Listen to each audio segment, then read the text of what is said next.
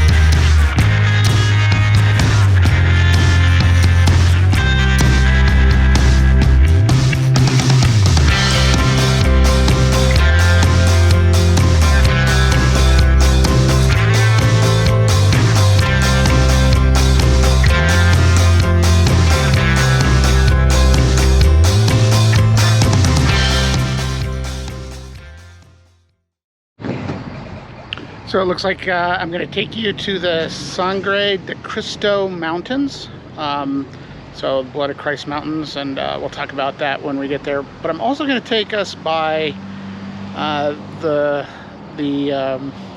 facility in Florence, the SupoerMAX facility. So that's what most people know it as. It's Federal Correctional Facility, minimum, maximum, and super maximum.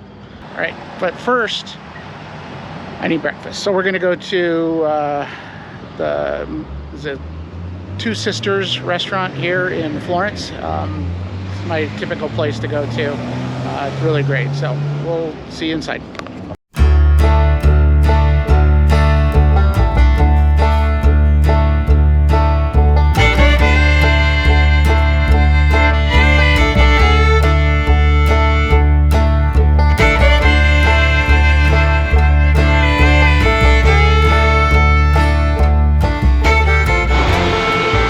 So I can never go wrong with the chicken fried steak here at Two Sisters. As you can see, this is a full plate, and it's very filling, and it's absolutely delicious. So yeah, definitely a must get if you ever come to Two Sisters. All right, I'm going to enjoy. Talk to you guys later.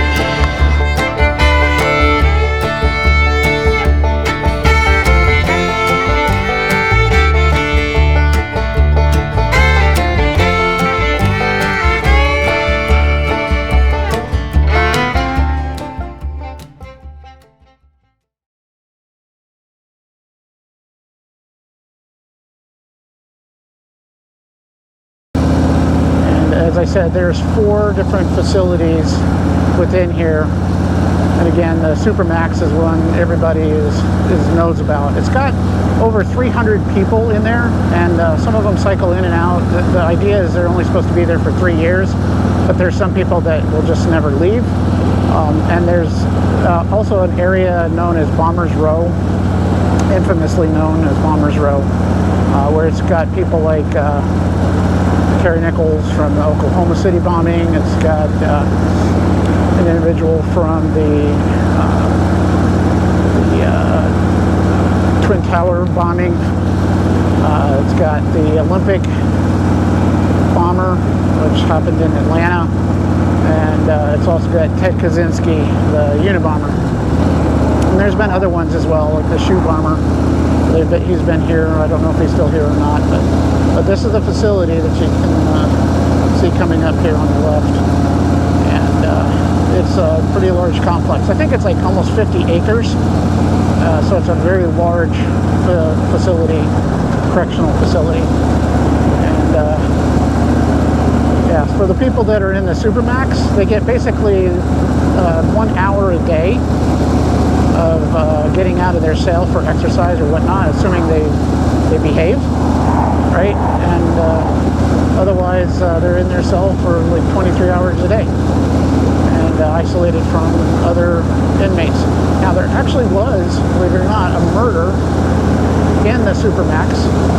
There's one that we know of, and I'm sure they would have let us know if there's more than that, but there was actual murder in here, and that was a pretty famous event. It was a Mexican cartel individual who got killed.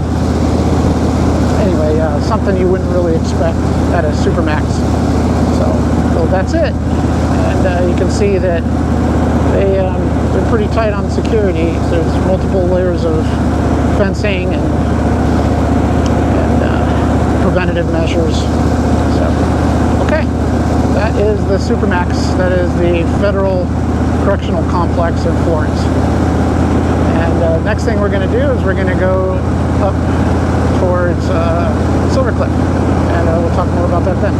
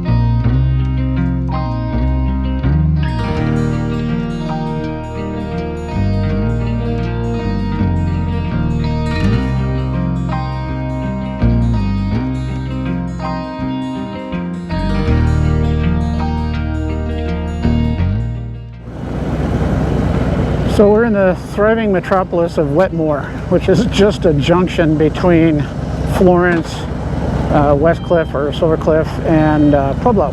So this is it. We'll be taking a right here, and this is where the fun actually begins. So let's get going.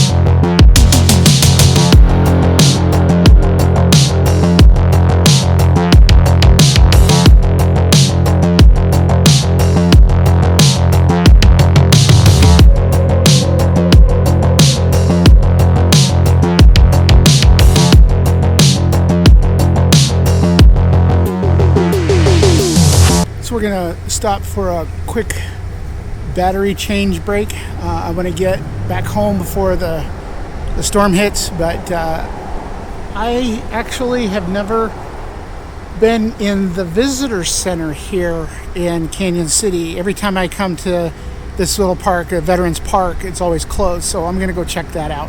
Anyway, I'll be right back.